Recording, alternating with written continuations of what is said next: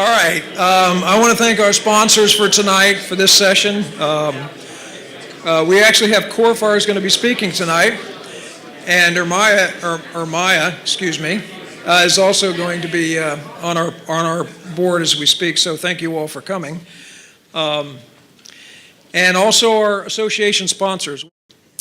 Tonight we're going to cover some updates for this year because we are going to be having 9 general sessions, and I spoke about this at the last meeting. So we are getting rid of the SIGs and the special interest groups. And as you can see, one of the interest groups used to be mobile money, and it's gotten to be a big project. So I wanted to thank you. We also have our annual WHAM Awards. And we have another change coming. We're going to be handing over the speaker forum here shortly to a gentleman who's going to take on the president's role from now on. And I'd like to introduce everyone to a gentleman from Microsoft who's actually spoken at this before and has been with us at the Wireless Forum for many years. And I'd like to say to Meryl, thank you so much. I can go and relax and have my drink. And I'll turn it over to Meryl. Thank you very much. Thank you, Bob. And in turn, I think we all need to say thank you to Bob. He's done a yeoman's work over multiple years of being the president, so I hope I can carry on in your stead. So how about a quick round for Bob?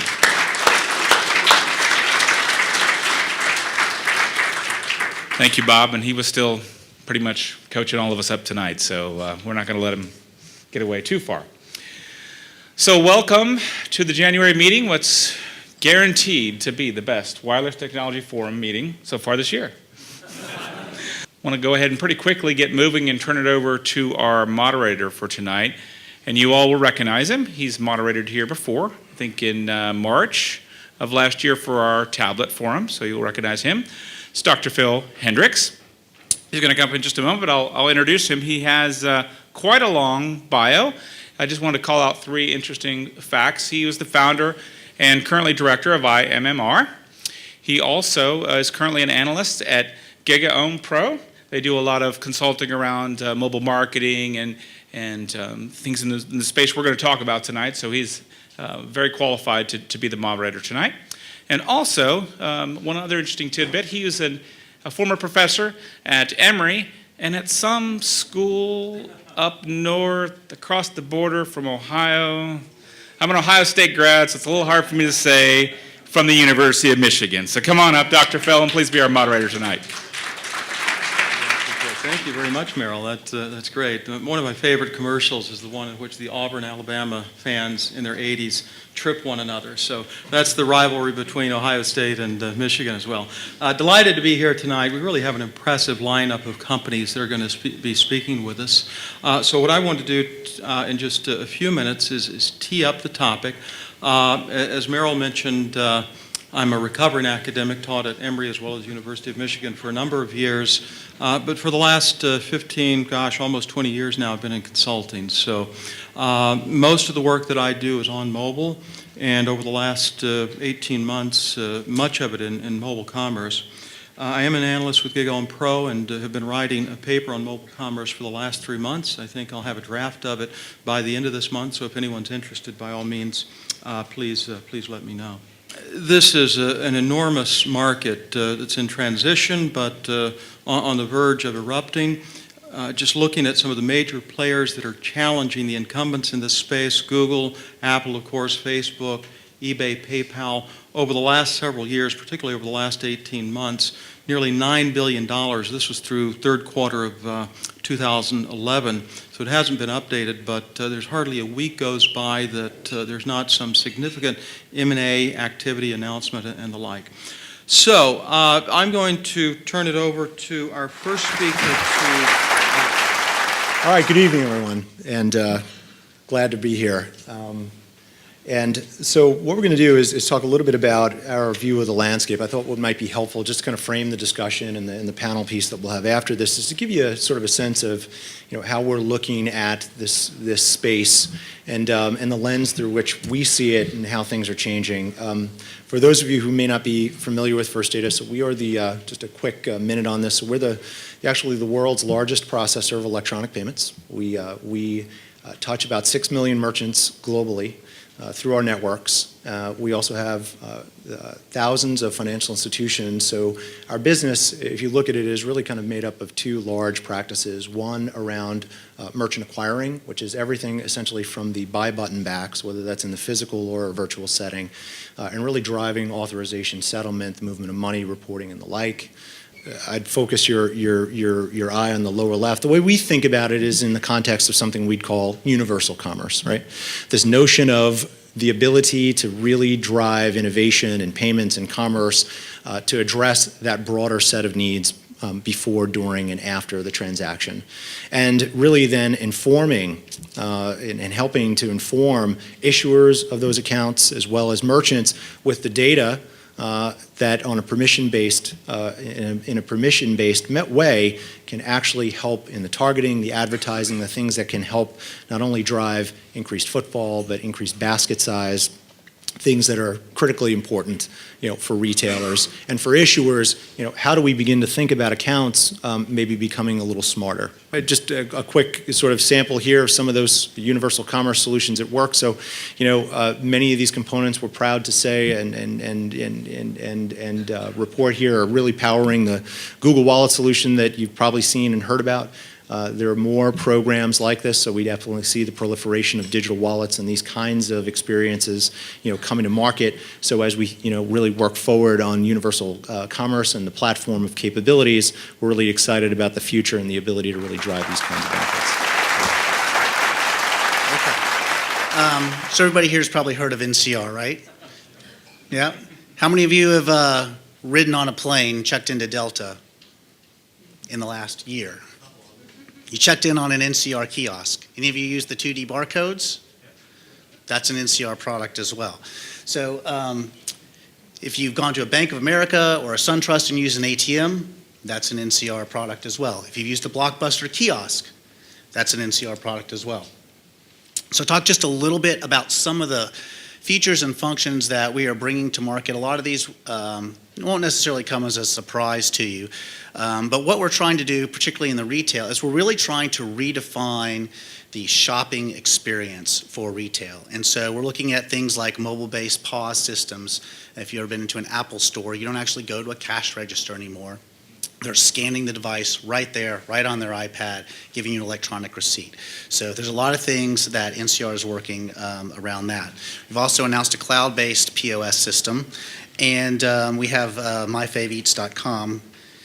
In the travel industry, I've talked about being able to check in through the mobile kiosk or a mobile device. One of the things when I wrap up I'll talk about is NCR's view on mobile is probably a little bit different than a lot of companies in that we're not a transaction processor.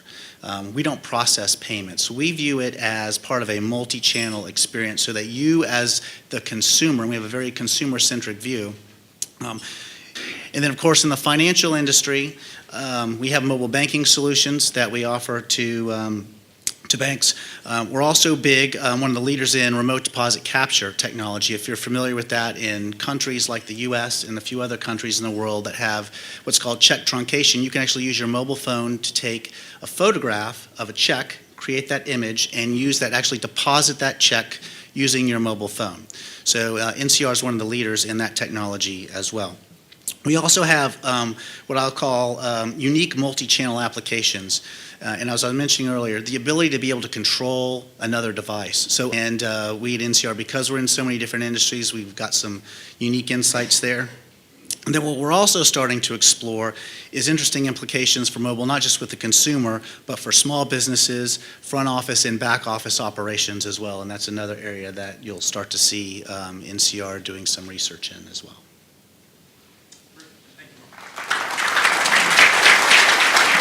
Thank you. CoreFire, most of you probably wonder, who is CoreFire, and what do? We are a mobile technology provider. We founded the company 3 years ago. We're headquartered up in Alpharetta, but our history goes back to Seoul, Korea, and it goes back 10 years to a company called SKCNC. So from a corporate standpoint, we leverage 10 years of mobile experience, originating out of Seoul, Korea. SK Group is a $100 billion conglomerate, and so we own SK Telecom. We also own the largest retailer in Korea, and very intertwined, I guess, in the South Korea marketplace.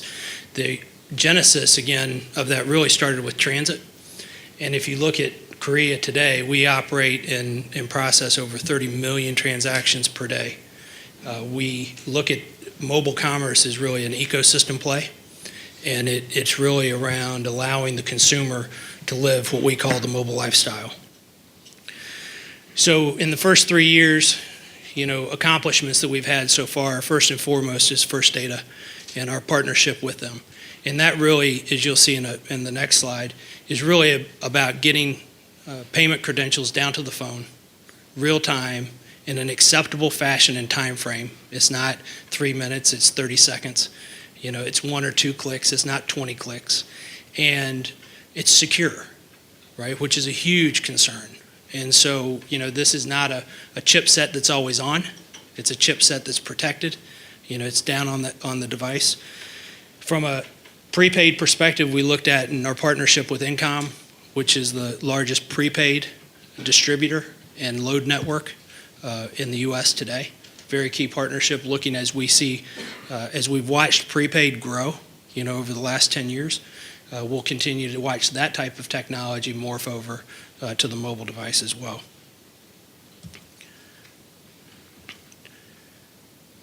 So in summary, when we look at this, it's somewhat the barbell approach, where the left-hand side is getting credentials to the phone and then giving the consumer a reason to transact.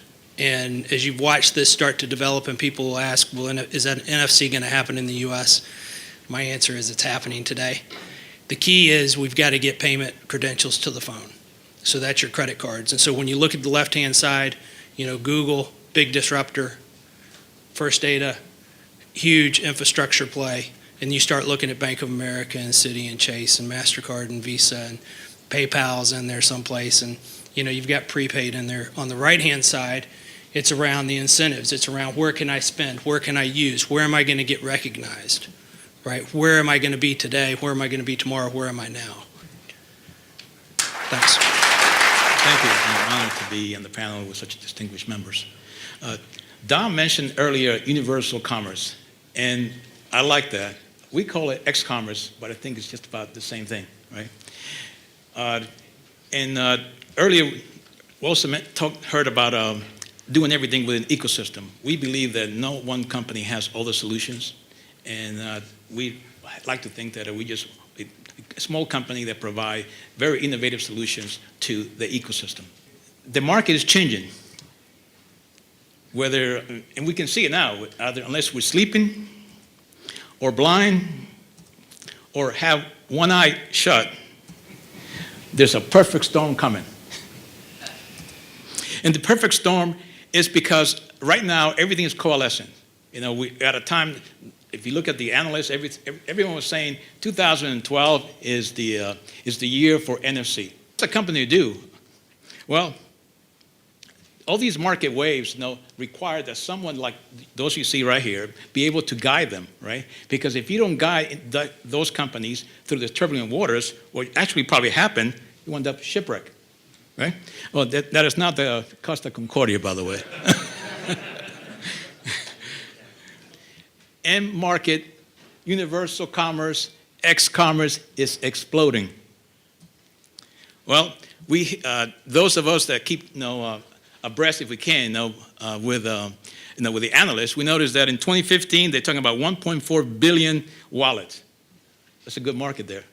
But others said that actually 4 different sources that very, very soon this mCommerce is going to be a $1 trillion business. That's a big pie, right? It's a big pie for everyone here to get in, right? In 2010 in India, we happened to be in India, there were 2.5 million PCs sold. However, there were 200 million smartphones.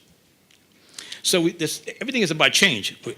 I think that someone said that we have now close to 5.6 million mobile phones, not to mention the sensors, smart sensors everywhere, right?